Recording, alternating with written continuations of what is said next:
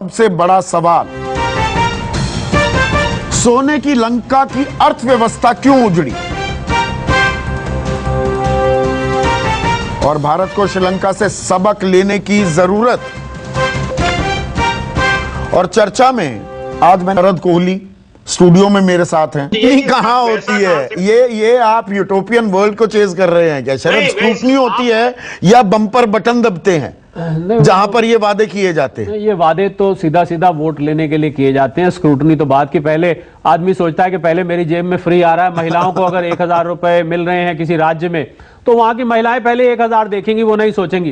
3 सबक मिलते हैं नहीं, उसमें हम कम से कम श्रीलंका से समझदार इस मामले में निकल रहे हैं कि अगर फ्रीबीज देते हैं तो एक्साइज ड्यूटी बढ़ा देंगे, जीएसटी बढ़ा देंगे और जगह से ले लेते हैं, क्योंकि हम पर वो बढ़ाने की जरूरत नहीं पड़ती अगर ये फ्रीबीज ना हो। बिल्कुल, अगर ये भी एक अपने आप में यक्ष प्रश्न है क्या हमारे सामने? यक्ष प्रश्न संदीप ये भी है कि जितनी भी फ्रीबीज इस समय कंट्री में हैं तो क्यों ना उसका एक वैल्यूएशन करा जाए और उसको जीडीपी से कंपेयर किया जाए कि कितना फ्रीबीज में राज्य भी केंद्र भी सब मिला के कितने जा रहे हैं। 3 सबक मिलते हैं, क्योंकि मैं सभी पैनलिस्ट को सुन रहा था और बाद में मैं बोल रहा हूं तो 3 सबक मिलते हैं।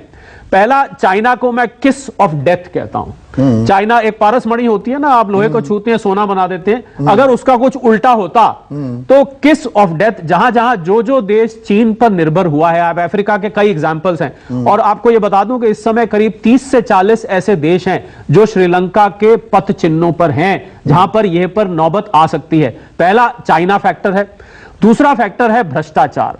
जहां पर भ्रष्टाचार अपनी जड़ें जमाएगा वहां पर आप इस खतरे के लिए कभी भी तैयार रहिए।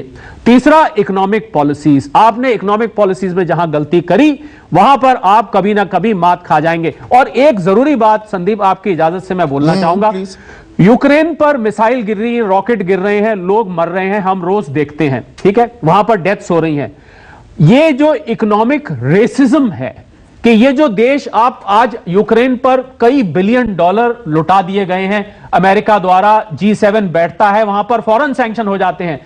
श्रीलंका में भी लोग भुखमरी के मारे मर रहे हैं, बच्चे स्कूल नहीं जा पा रहे हैं, लोग अस्पताल नहीं जाने की वजह से मर रहे हैं। क्यों नहीं उन पे, अगर जो यूक्रेन को मदद दी जा रही है, क्या मरना खाली रॉकेट से होता है? क्या भुखमरी से मरना नहीं होता है? कि अगर 5% भी, मैंने कैलकुलेशन किया संदीप, 5% मदद जो यूक्रेन को दी गई है उसमें से अगर श्रीलंका को दी जाए, आज श्रीलंका बाहर आ जाएगा। श्रीलंका के पास केवल और केवल एक ही रास्ता है, जो मर्जी राष्ट्रपति बन जाए, जो मर्जी प्रधानमंत्री बन जाए, केवल एक रास्ता है, उनको डॉलर चाहिए। ये डॉलर जब तक नहीं आएंगे तब तक कोई भी नीति काम नहीं करेंगे। क्यों?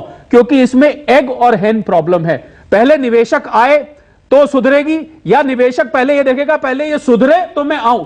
तो ये एग और हेन प्रॉब्लम में श्रीलंका फंस गया है। जब तक IMF, वर्ल्ड बैंक, G7 जैसे शक्तिशाली, फाइनेंशियली शक्तिशाली इंस्टीट्यूशंस उसकी मदद नहीं करेंगे, उसका कुछ नहीं बनने वाला है। अभी भी 6 महीने बाद भी, 1 साल बाद भी, चाहे रानिल विक्रमसिंघे आ जाए, चाहे कोई भी आ जाए, जहां तक भारत की बात, भारत ये सबक भारत के लिए या है, भारत है भी क्या, या वो कंपैरेबल नहीं है? मुझे लग रहा है कि इसका सीधा कंपैरिजन आप अगर फेडरलिज्म को देखेंगे तो नहीं है। हां, राज्य, जैसा कि मेरे को पैनलिस्ट बोल रहे थे, आप किसी राज्य को अलग उठा के देख लीजिए और आपने जिस जीडीपी का, जीएसडीपी का जिक्र किया, 53% का पंजाब में जिक्र किया, आपने उत्तर प्रदेश का किया, आपने बिहार का किया, केरला, वेस्ट बंगाल, मेरे पास ऐसी 10 स्टेट्स के नाम हैं, सब 30 से ऊपर, जिनकी वित्तीय हालत इस समय अच्छी नहीं है। पर क्योंकि यहां पर फेडरलिज्म है, यहां पर कोऑपरेटिव फेडरलिज्म है। मैं तो एक चीज और देख रहा था संदीप, कि जिन राज्यों की हालत खराब है उनमें जो ऊपर 4-5 नाम आते हैं वो सब गैर बीजेपी शासित राज्य हैं। तो क्या उन राज्यों में मिसमैनेजमेंट है? क्या वहां पर जो पॉलिटिकल इंस्टेबिलिटी एक रीजन है, या फंड्स का आवंटन नहीं हो रहा है, जिस बात को लगातार राज्य इस बात का मुद्दा बना रहे हैं कि हमारा जीएसटी कंट्रीब्यूशन हमें मिलता नहीं है? देखिए, फंड्स का आवंटन तो एक नीति के अनुसार किया जाता है, वो सभी राज्यों को बराबर किया जाता है। मैं ये नहीं मानता कि भेदभाव किया जाता है, जीएसटी का भी जो डिस्ट्रीब्यूशन है सब होता है।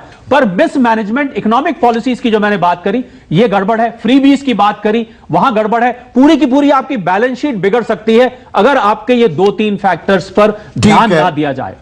गलतियों से सीखें ताकि खुद गलती ना करें। नमस्कार। सबसे बड़ा सवाल।